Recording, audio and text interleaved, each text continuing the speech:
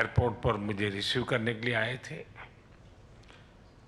Business leader के साथ जितना बड़ा राउंड टेबल उन्होंने ऑर्गेनाइज किया, मैं इसके लिए बहुत आभारी हूँ। उन्होंने मेरे लिए और हमारी पार्टनरशिप के लिए जो सकारात्मक विचार रखे हैं, मैं इसके लिए भी आपका हृदय से बहुत बहुत धन्यवाद करता हूँ। फ्रेंड्स, 23 वर्षों के बाद भारत के प्रधानमंत्री का साइप्रस में आना हुआ है और सबसे पहला कार्यक्रम बिजनेस राउंड टेबल का हो रहा है। ये एक संकेत है कि भारत और साइप्रस के संबंधों में आर्थिक जगत से जुड़े लोगों का कितना महत्व है। आपके विचारों को मैंने बहुत गौर से सुना है।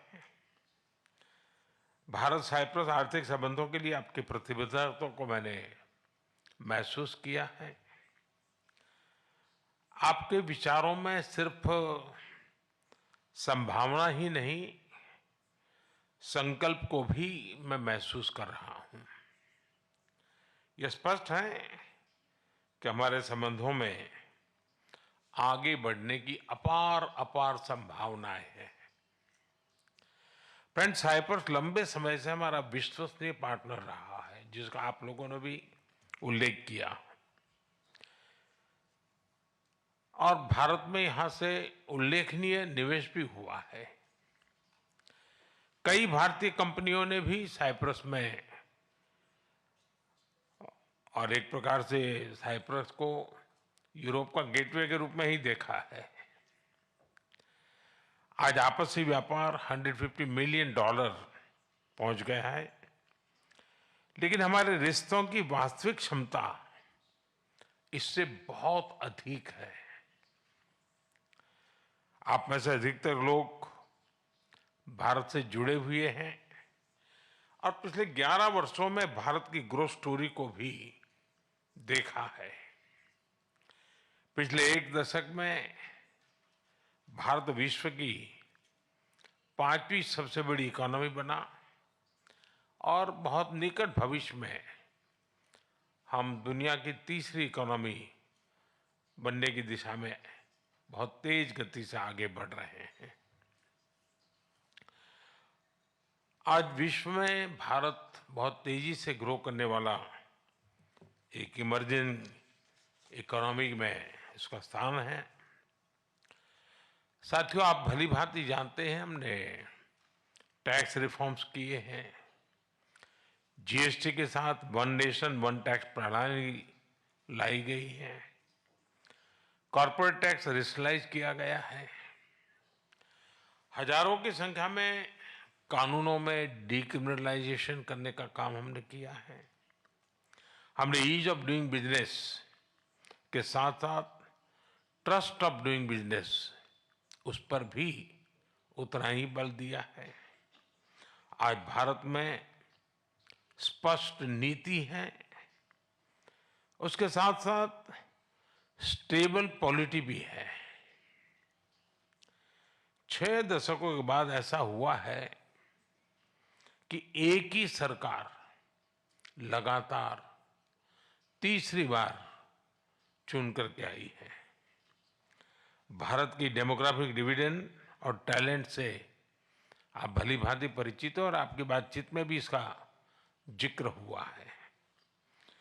पिछले 10 वर्षों में डिजिटल रिवॉल्यूशन आया है। फाइनेंशियल इंक्लूजन एक मिसाल बना है। यूनिफाइड पेमेंट्स इंटरफेस यानी यूपीआई के माध्यम से आज विश्व का 50% डिजिटल ट्रांजैक्शन भारत में होता है। फ्रांस जैसे कई देश इससे जुड़े हैं। साइप्रस को भी इससे जुड़ने के लिए बात चल रही है और मैं इसका स्वागत करता हूं। भारत में फ्यूचरिस्टिक इंफ्रास्ट्रक्चर के विकास में हम $100 बिलियन से अधिक का सालाना निवेश कर रहे हैं।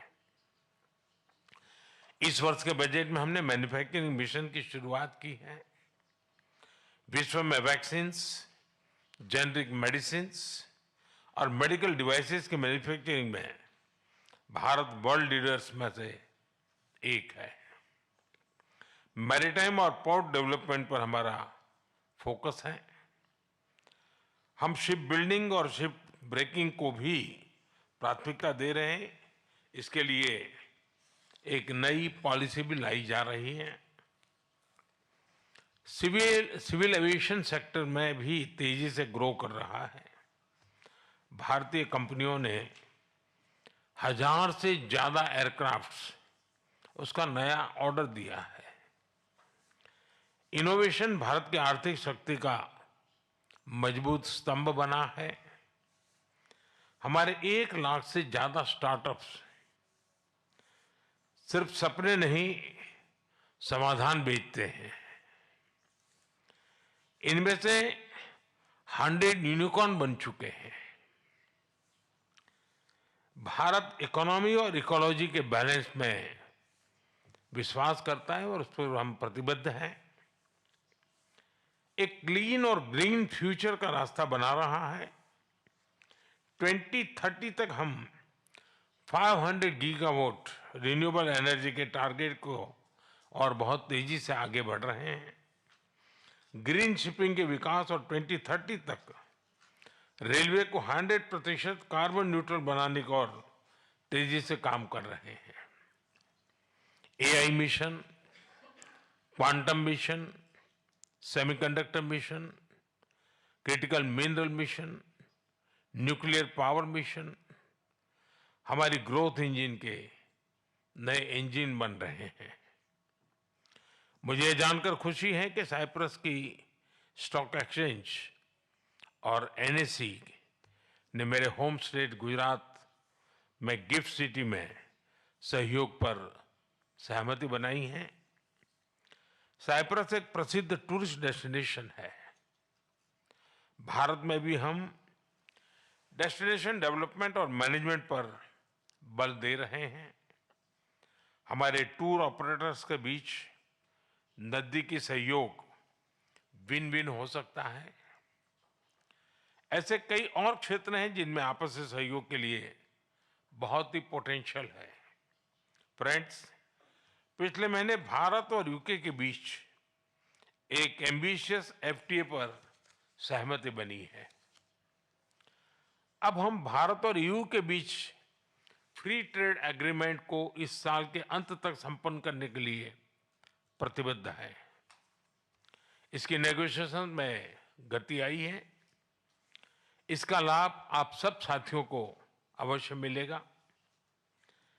मैं भारत, साइप्रस और ग्रीस बिजनेस और इन्वेस्टमेंट काउंसिल की स्थापना का स्वागत करता हूं।